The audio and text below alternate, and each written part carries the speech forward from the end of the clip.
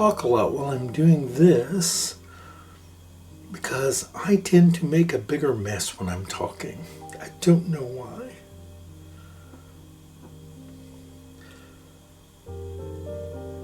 Like that.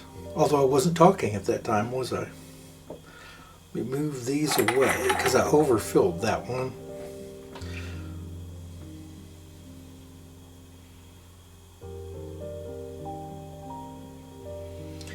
Anyway, I was just working on some orders here, and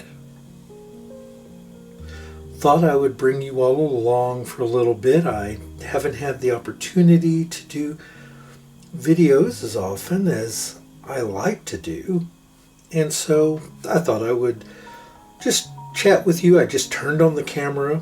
I was just filling some orders and thought, you know what, I'm going to bring my friends along while I fill a few orders and chat a bit.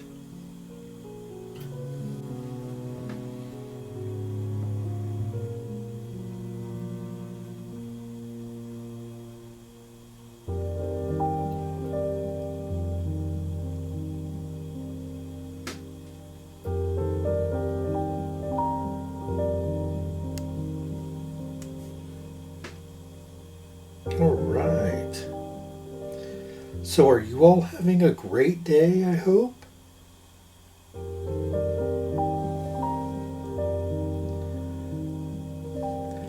Is the weather nice where you are? It is terribly hot here in Texas, where I am. And I am just not a fan of the heat. And I know a lot of people love the heat. And after a very cold winter, I can understand that. But the rest of the time, I'm just not a fan. Okay, I don't have quite enough to fill another jar. So I'll let these set up here. We'll get these labeled. And then we're going to box them up and just chat a little bit.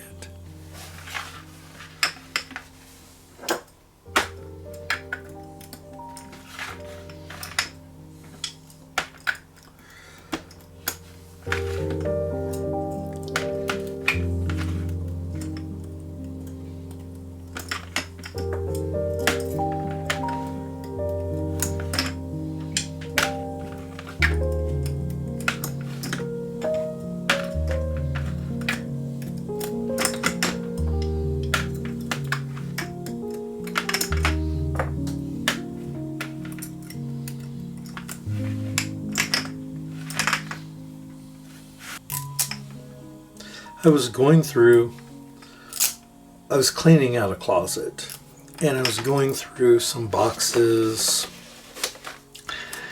and crates, art supplies, older things that have been stuck in the back of a closet for 20 plus years. I know, I'm ashamed. I don't clean out closets very often.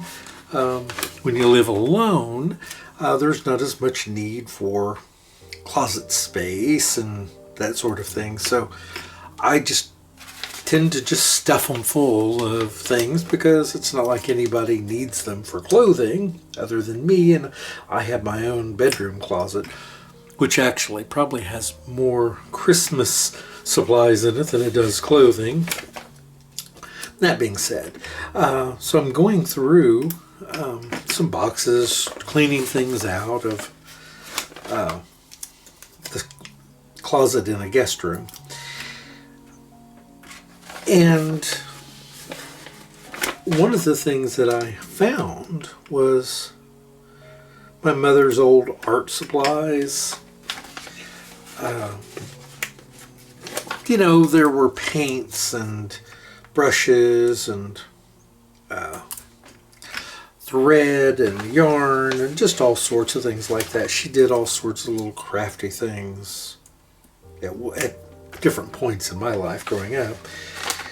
And one of the things that I noticed was the high quality of even the things that are more minutia, the smaller nothing things, bobbins for the sewing machine. And these were stainless steel, or at least chromed metal bobbins, where newer sewing machines oftentimes, those are plastic.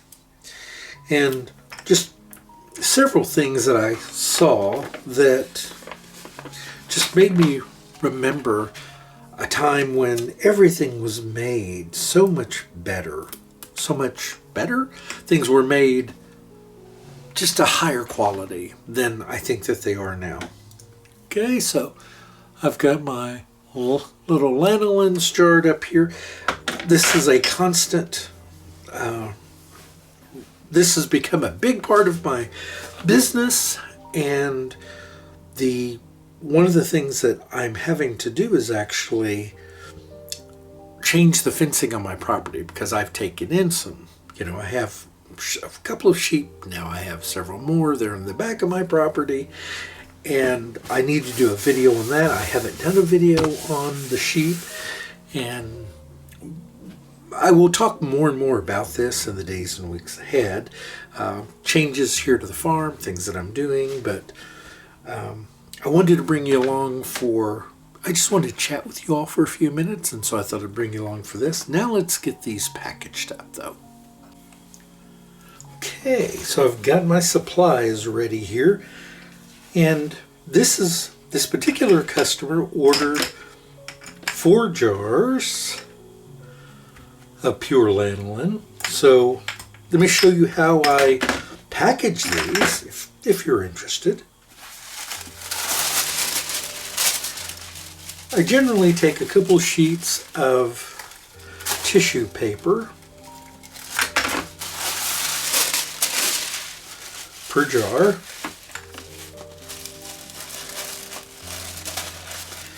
And because it has this protrusion, the handle that sticks out there, I have a trick to keep it from tearing through the paper.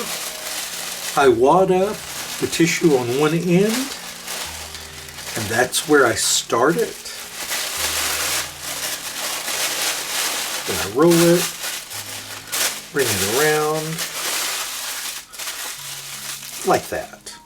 And that way it doesn't tear through the tissue paper. So there's one, and then let's get the rest of these done here. But why am this one's got some lanolin on it, so make sure my jar is clean. One little drop. Now, one thing about these jars that I dislike, and we've just got one more here to do, and I tore that one too.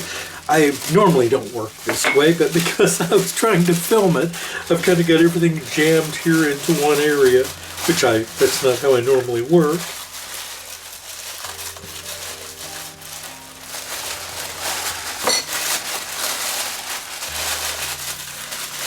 All right, so once I've got these wrapped up here, I get my box ready. Now, one thing I want to show you, let me grab some scissors because I want to show you something. All right, and I'll explain. What I'm doing is I'm just taking off about the top 1/8 of an inch of one of the long flaps, and I do that on both sides of the box on the bottom, and then here, or that was the top, and then I'll do the same on the bottom. And I'll explain, you'll understand why I'm doing this in just a moment.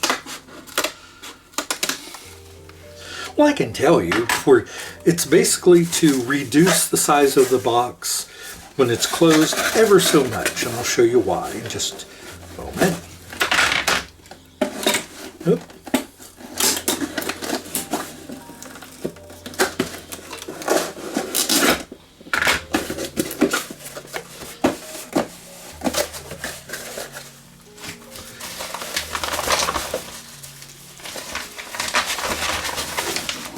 So So I've got my crumple paper here. I've generally put 2 sheets, pieces that I've cut, previously already cut. Excuse me. On the bottom here.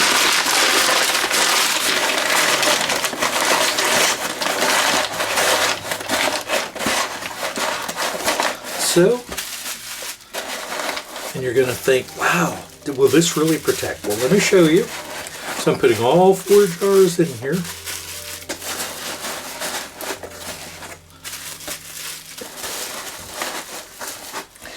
Then, we move this out of the way. And the next step, I recycle all cardboard. I cut it into strips.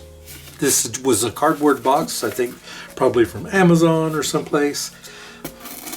But I reuse all cardboard to the best of my ability, rather than throwing it in the trash.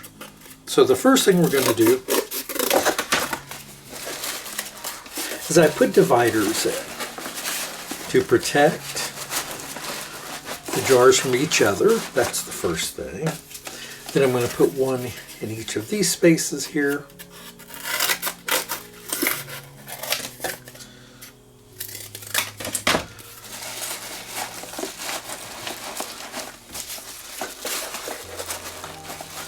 And sometimes, depending on how much space there is between them, I'll even double up a bit, like so, just to provide protection from each other. Now, the outside of the box, right? So we've got this outer edge where things can hit it and possibly break it. So again, a little security, a little extra.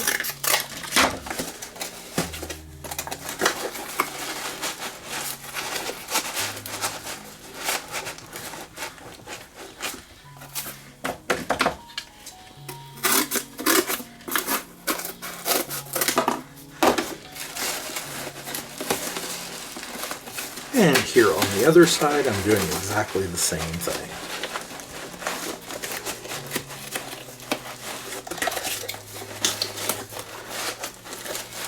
This is not an exact science, but basically all we're trying to do is provide protection. Now we've got the sides, so I do the same thing. Now you may be wondering, wouldn't it be easier, Patrick, just to use a bigger box and then you wouldn't have to worry about all of this? Yes, it would be much easier just to wrap these in bubble wrap or something and stick them in a much larger box, and I wouldn't have to worry about doing all this extra padding and things, which I don't mind doing at all. But I want to show you why I do this. And it's more than anything to save my customers a little bit of money. So, okay. So I'm going to put in, they also get a couple of spoons, spatulas. And I generally will just squeeze those down into any area that they'll fit. A keychain, something new that I've been doing now. And another sheet of paper here I'll put on top, protect the tops of the jars.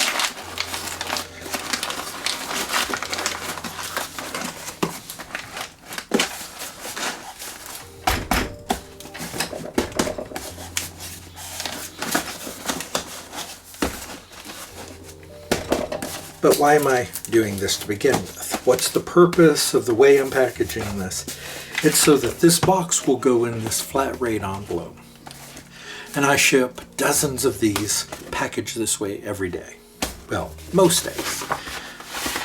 So what I do is I take my flat rate envelope and I'm taking my finger and I'm sticking it down in the corner of the envelope, and then I'm just pressing slightly and just creating that little, there we go. I'm just creating a little foot there turn it over to the other side, sticking my finger there, and doing the same thing. I'm just bending it upward, just about half an inch.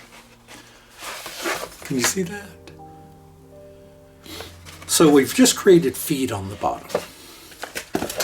And I take my box, and I'm going to catch it underneath this inner lip here. Not the outer lip, I'm going to catch it under that edge, like so. Again, this is tricky to do in this scenario, but I push it down, like so.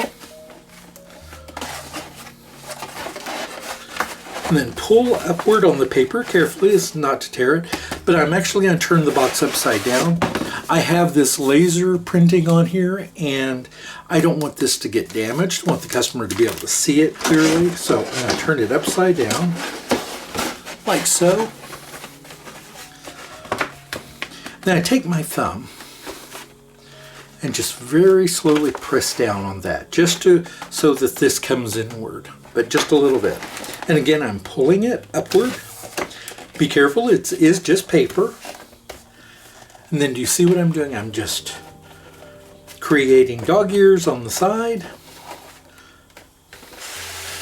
rotating it, pulling off our tape cover and pressing it over, like so.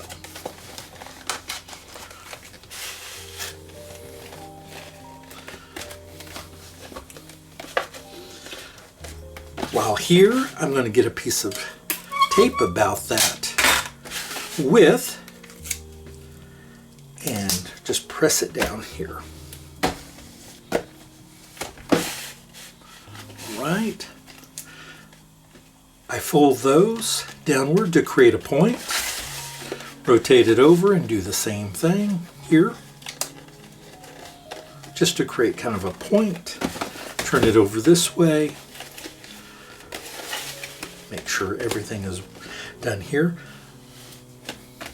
Press that downward. Press that downward.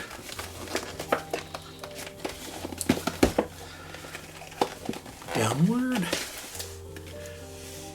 And downward.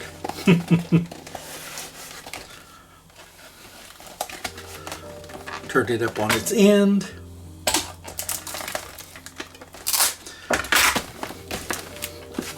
Turn it over.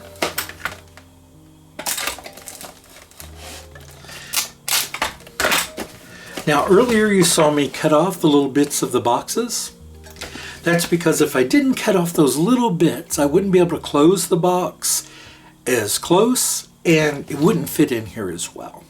So it just helps me to be able to fit these perfectly into the box. That's the whole purpose of it. And then I weigh it, I label it, and send it off to my customers. And I do this at the cost of a flat rate envelope, and the post office accepts it. I've sent hundreds and hundreds of these, and you never will get a dispute from the post office. You may from a new clerk who thinks you've modified the envelope in some way. As you can see, we have not modified this envelope. That's against the post office rules, and it's actually a federal law to modify the packaging. That would mean cutting it or adding any parts to it and retaping it or anything like that. We're not doing that. All we did was creased and opened it up and stuck our box inside, and there we go. And I've got a 4-pound package here now that can ship for the price of a flat rate envelope, so that the customer's not having to pay for something like a regional box or your own packaging, which can cost up to $4 or $5 more for shipping. All right, just something I wanted to share with you if you didn't already know this. If you do, that's great. If you have any questions about this, put them in the comments. I'm happy to answer them. But I just wanted to take this time to visit with you all. I haven't had a chance to edit my latest videos, so this was a simple one, so I just thought I would bring you along for it and just chat for a bit. It's always good to talk to you. I hope you have a marvelous day, everyone, and I'll see you back soon. Goodbye.